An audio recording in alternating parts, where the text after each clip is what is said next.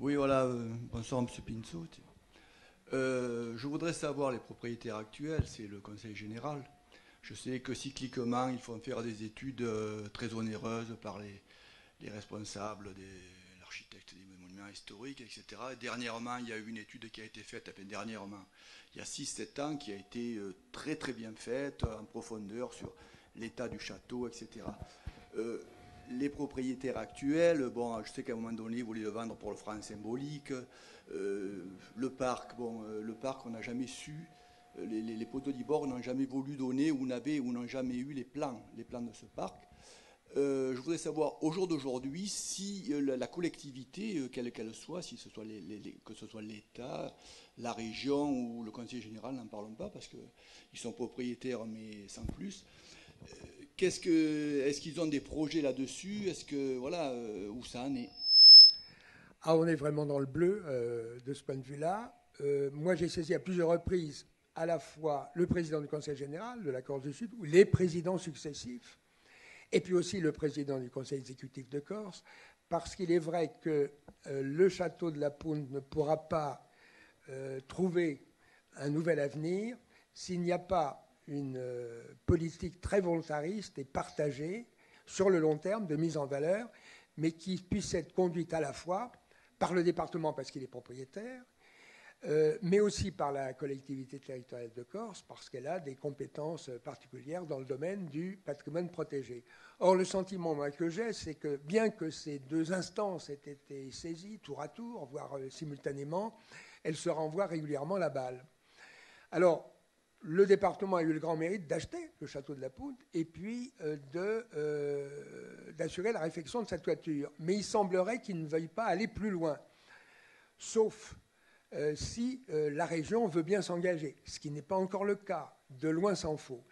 Donc on est un petit peu bloqué, et c'est vrai, et le dernier épisode de cette histoire, c'est qu'il y a déjà plusieurs années de cela, sur la base des études auxquelles vous avez fait allusion, qui ont été réalisées par Jacques Moulin, l'architecte en chef du monument historique, je pense que c'est à lui que vous songiez, il y a eu un programme de travaux d'urgence qui a été élaboré, qui comportait à la fois, j'en ai parlé tout à l'heure, la réfection des menuiseries extérieures, l'achèvement de la mise hors d'eau, mais aussi la réfection du garde-corps qui ceinture le jardin, côté sud, le jardin du château de la Poudre, garde-corps qui, et c'est pas inintéressant, provient du château de Saint-Cloud. Alors ça aussi c'est un clin d'œil de l'histoire parce que c'est depuis le château de Saint-Cloud que Napoléon III a déclaré la guerre à la Prusse en 1870.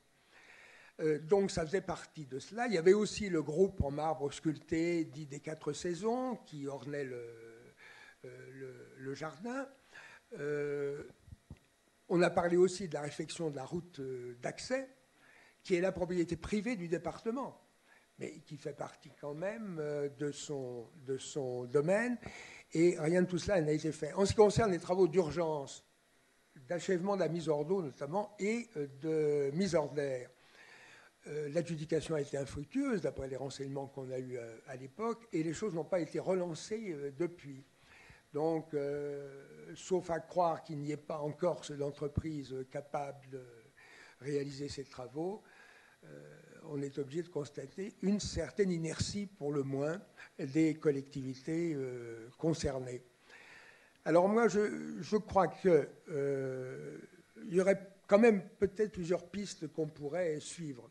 D'abord, en ce qui concerne la desserte, la route actuelle que vous connaissez comme moi, elle est étroite, sinueuse, elle n'est pas entretenue, elle a des accotements qui ne sont pas stabilisés, et elle est impropre à la circulation d'autocars de tourisme, compte tenu de son gabarit, sans parler du reste.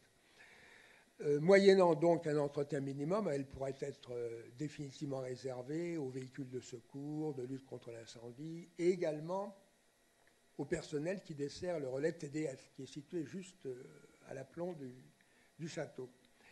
Il faudrait donc trouver une formule de liaison alternative, mais non concurrentielle, et qui aurait un intérêt en soi, qui constituerait à créer une desserte par la voie d'un téléphérique ou d'une télécabine, qui pourrait aboutir au niveau de l'extrémité sud du jardin et dont le point de départ pourrait être situé au Mille-Ailes, puisque le domaine des Mille-Ailes, alors grande propriété des Bonaparte, la principale de leur propriété, on pourrait réconcilier la mise en valeur du domaine des Mille-Ailes et du château de la Poune grâce à cette liaison qui constituerait une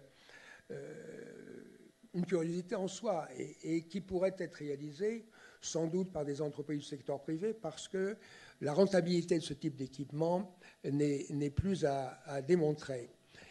Donc voilà, et puis alors une mise en valeur des abords immédiats, une réfection au moins sommaire des pièces d'apparat du rez-de-chaussée, avec la mise en place d'une grande exposition permanente qui pourrait avoir pour thème la Corse, la France et l'Europe d'un empire à l'autre, et qui permettrait d'illustrer de façon très concrète et très suggestive les liens de la Corse avec l'Italie, à travers notamment la période des Bonaparte. Il faut savoir que la grande-duchesse de Toscane, Elisa Bonaparte, c'était l'une des sœurs de Napoléon. Napoléon, ses premiers faits d'armes, c'est quand même la conquête de la Madeleine.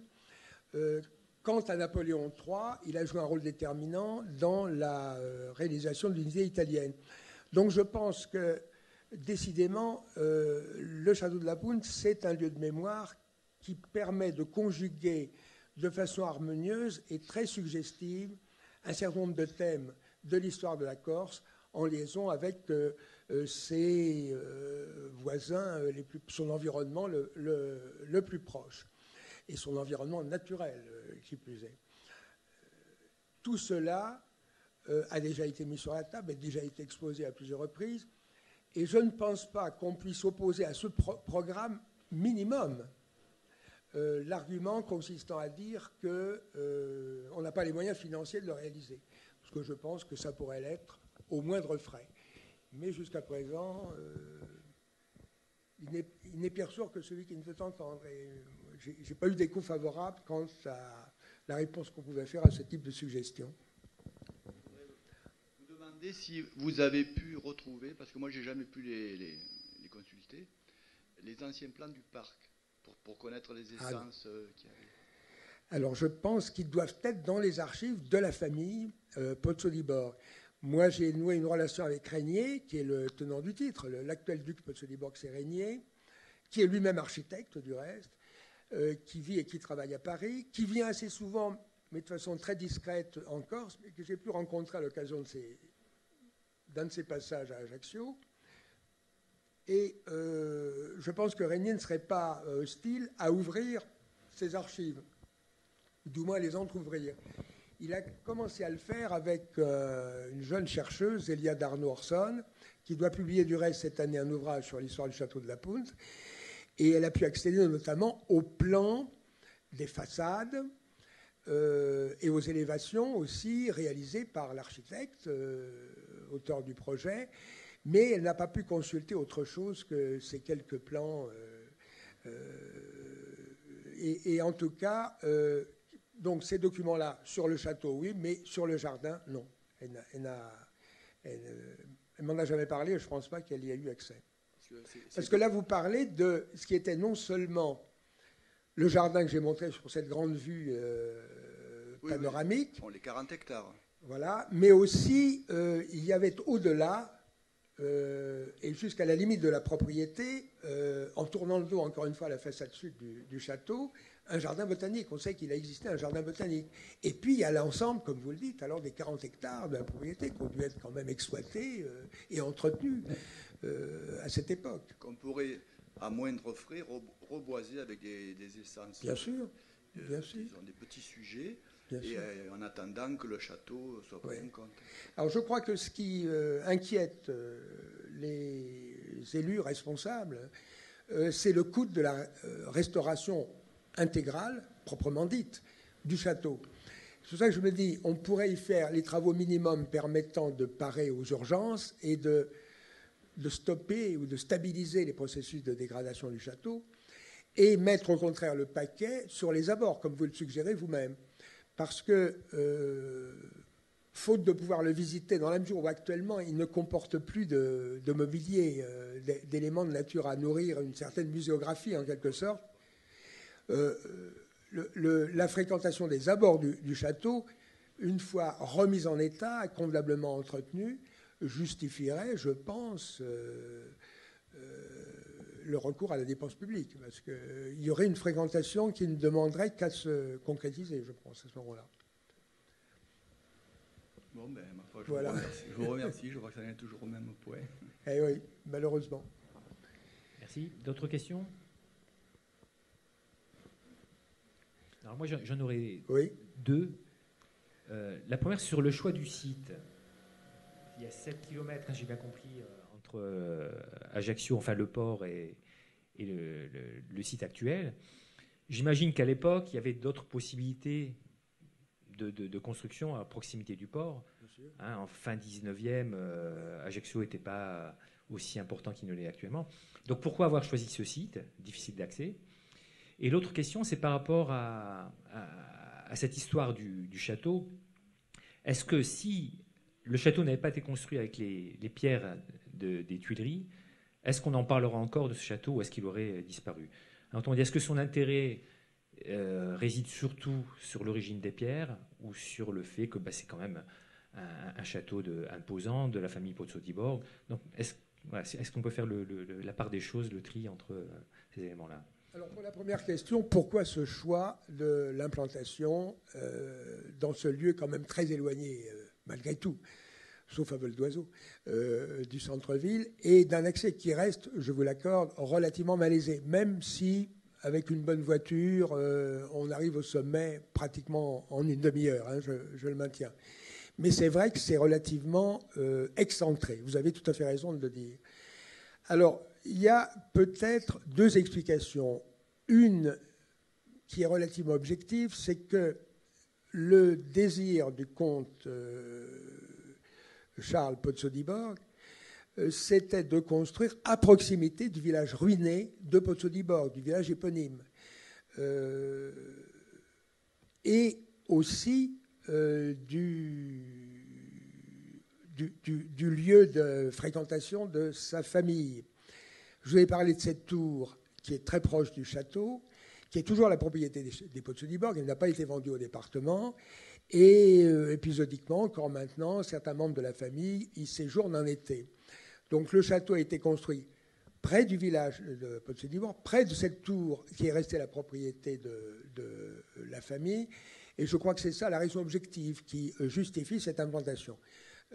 Alors, il peut y avoir une raison plus subjective, et ça fait partie de la tradition orale, et je ne dirais pas du non-dit, mais enfin d'une interprétation un petit peu particulière de l'histoire.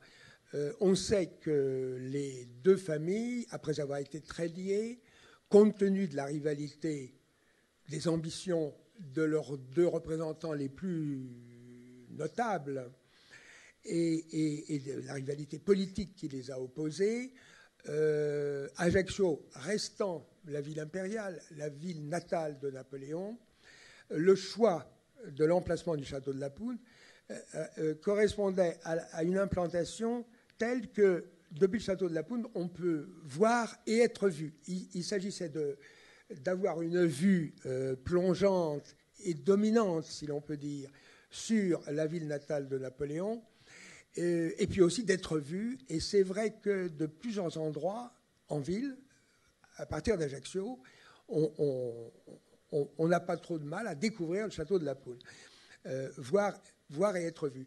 Donc peut-être cette arrière-pensée pour solder l'histoire a peut-être présidé aussi à ce choix. Mais je pense que, voilà, entre ces deux raisons, on peut trouver une explication.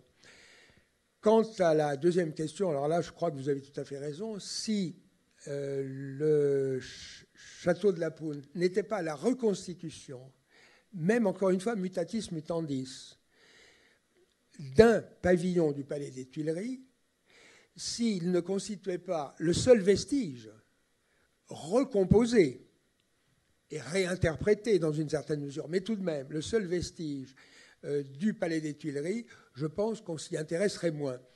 Et on s'y intéresse d'autant plus en Corse que, et pour cause, il n'y a aucun château d'époque Renaissance autre que celui-là qui existe en Corse, puisque c'est bien le style dominant de la construction du château de la Punte. Donc ce caractère insolite peut aussi justifier le fait qu'on y attache un prix tout à fait particulier. Mais encore une fois, il y a les arguments historiques que l'on peut conjuguer, et je crois que pour justifier l'intérêt que l'on doit, et de plus en plus continuer à porter au château de la Punte, il faut en faire quelque chose. Il faut le réutiliser. Et c'est, je crois, un cadre tout à fait exceptionnel pour rendre vivante, accessible et assez consensuelle, finalement, une histoire qu'on ne connaît pas toujours si bien que cela, me semble-t-il. Et par rapport à cette idée d'un nouvel usage, de trouver une affectation nouvelle, on parle beaucoup de partenariats public-privé. Oui. En l'occurrence, il n'y a pas eu de groupes privés qui se sont intéressés à... Ça pourrait être une solution, effectivement. Mais je ne pense pas que ça a été envisagé jusqu'à présent. On en a parlé, mais on n'a jamais cherché à concrétiser. Alors, il y a quand même eu une étude assez approfondie de tous les scénarios susceptibles d'être envisagés pour réaliser la réhabilitation complète du château de la Punte. Donc, à la fois sa restauration, sa réutilisation et sa gestion future.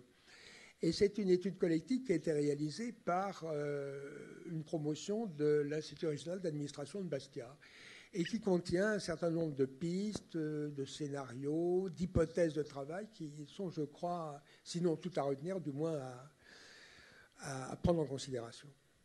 Mais on en reste toujours au stade des hypothèses de travail, des avant-projets, des suggestions, et rien ne se concrétise. Alors je crois qu'en réalité, c'est un peu la quadrature du cercle. Parce qu'à propos du château de la Punte, on a soit considéré que la restauration intégrale était le préalable indispensable à une réutilisation, et comme cette restauration a un coût que l'on considère comme faramineux, on en reste là, soit au contraire que la restauration doit primer la réutilisation. C'est-à-dire, on verra bien ce qu'on peut en faire une fois qu'on l'aura restauré. Et dans les deux cas, on aboutit à une impasse et on justifie le fait de ne rien faire, pratiquement. Alors moi, je crois que les deux phases de l'opération, elles ne doivent pas être consécutives l'une à l'autre, elles doivent être synchrones. Il faut en même temps que l'on restaure par étapes, que l'on puisse réutiliser par étapes. Je crois que même si le chantier dure pendant plusieurs années, le chantier de la restauration intégrale, ça doit pouvoir être rendu compatible avec une visite des abords du site, la mise en place d'équipements légers, de tables de pique-nique, de tables d'orientation, que sais-je, et la possibilité aussi de fréquenter au moins les pièces du rez-de-chaussée. Alors, telles qu'elles sont actuellement, c'est vrai qu'elles ont été entièrement vidées de leur matériel et de leur mobilier.